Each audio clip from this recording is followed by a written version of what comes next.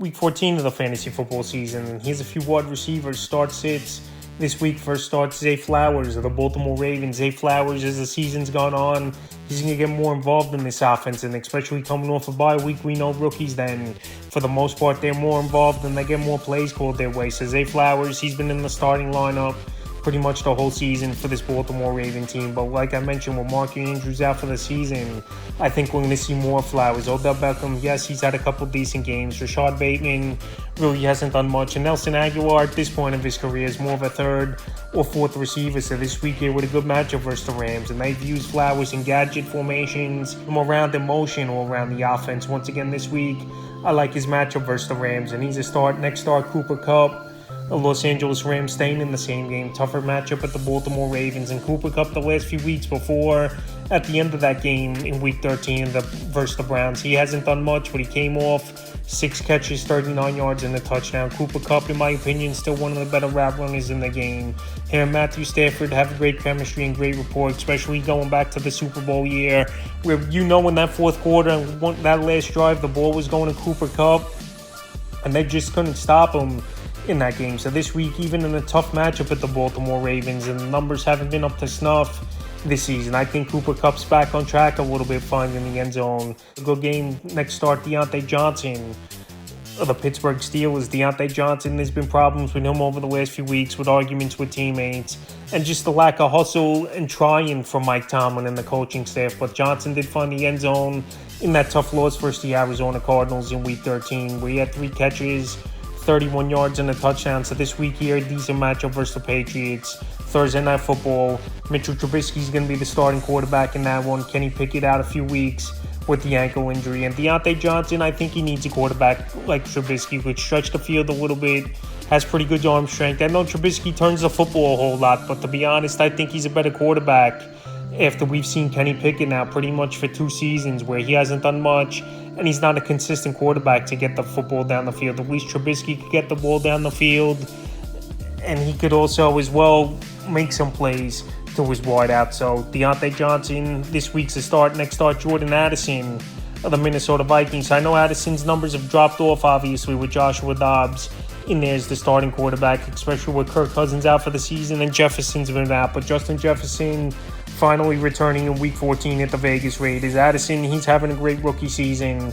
Solid route runner, deep ball guy as well that could burn you and make some plays. And this week at the Vegas Raiders, I think Jordan Addison with the one-on-one coverage and the defense rolling coverage and double teaming Justin Jefferson will get back on track and find the end zone. The next start, Brandon Cooks of the Dallas Cowboys. So this Cowboy team, they've turned their whole season around and their whole offense around as well since Week 6. They've been on a tear and one of the best offenses, if not the best offense in the league since that Week 6 game versus the Chargers. So Brandon Cooks, the first 6-7 weeks of the season, he wasn't in the offense. And now the last few weeks, he's finding the end zone. He's been the deep ball threat that the Cowboys have wanted and thought they were getting going into the season. So I think the play call of the season, and it's really paid big dividends for Dak Prescott and the Dallas Cowboys. And Brandon Cooks now being the deep ball threat and making plays and running his routes this week with a good matchup versus the Eagles that just got torched by Brandon Ayuk and Deebo Samuel. Do give up the most fantasy points to wide receivers on the season. And Cooks coming off a nice game versus Seattle, finding the end zone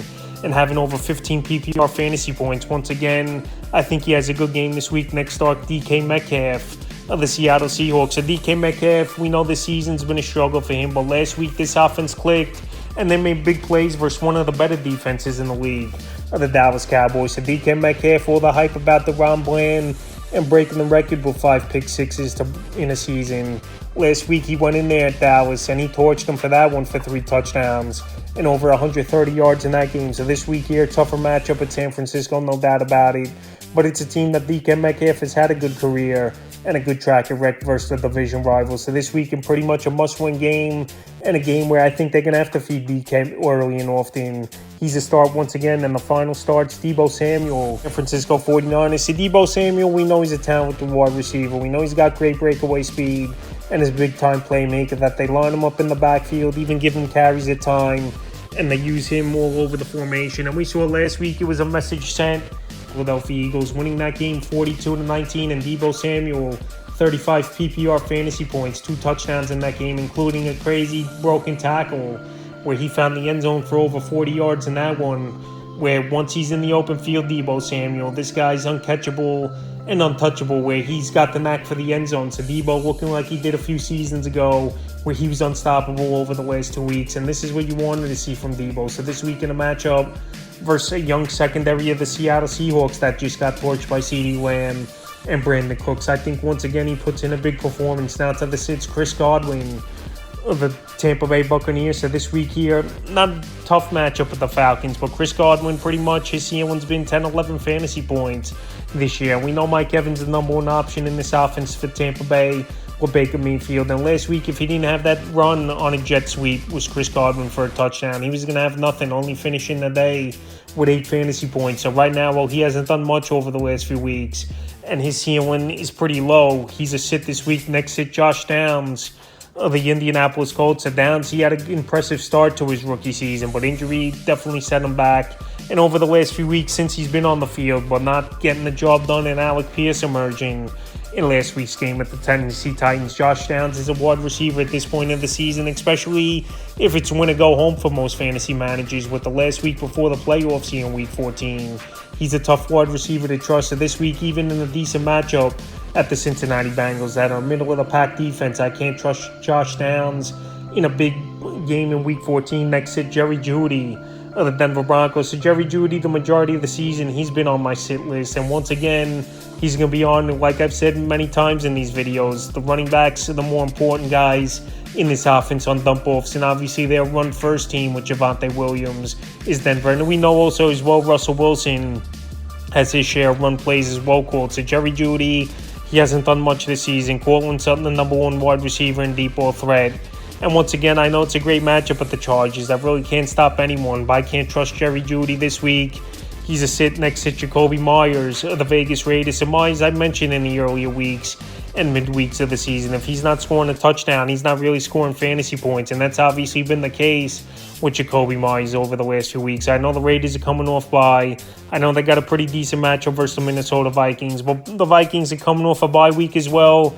And again, the reinforcement with Justin Jefferson, where it can help this defense as well to stay off the field a bit longer. So this week here, I know it's a decent matchup versus Minnesota, but like I said, if he's not scoring a touchdown, Myers, he's a tough wide receiver to trust. And like we said, pretty much the bye weeks are done. Only a few more teams on bye this week. And Myers is a sit. Next sit, Tyler Lockett of the Seattle Seahawks. At Lockett, he's only had 2 or 3 pop games the whole year, and for the majority of the year, he's a guy hovering around that 8 to 10 fantasy point range in PPR leagues. And this week here, a tougher matchup at San Francisco. Last week versus the Dallas Cowboys, it was the DK Metcalf show, and Tyler Lockett really didn't do much. And this week at San Francisco, like I said, his ceiling's not high. Tyler Lockett, we know he's a 1,000-yard receiver each and every season, but Geno Smith, he really hasn't been on this season. Smith's best game was last week at the Dallas Cowboys, and I don't know this week at San Francisco, which in my opinion has more playmakers and better coverage guys. If Lockett will do much, he's a sit. Next sit, Adam Thielen of the Carolina Panthers. So the league finally caught on to Adam Thielen after the first 10 weeks of the season.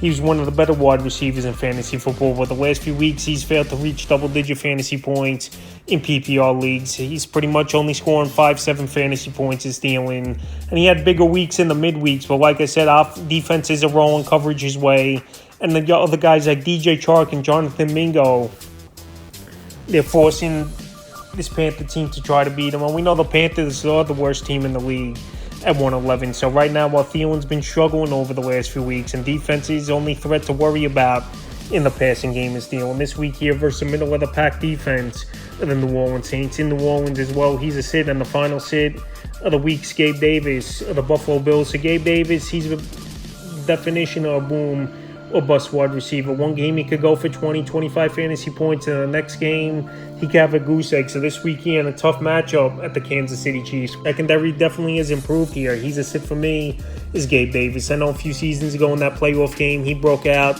had his coming out party with the 4 touchdowns, but this season, like I said, he's been a boom or bust wideout. Dalton Kincaid, he's been a nice target in the offense behind Stephon Diggs, and even Khalil Shakir as well. So Davis pretty much hovering that 3rd or 4th option in the passing game for this Buffalo Bill team, and an inconsistent wide receiver.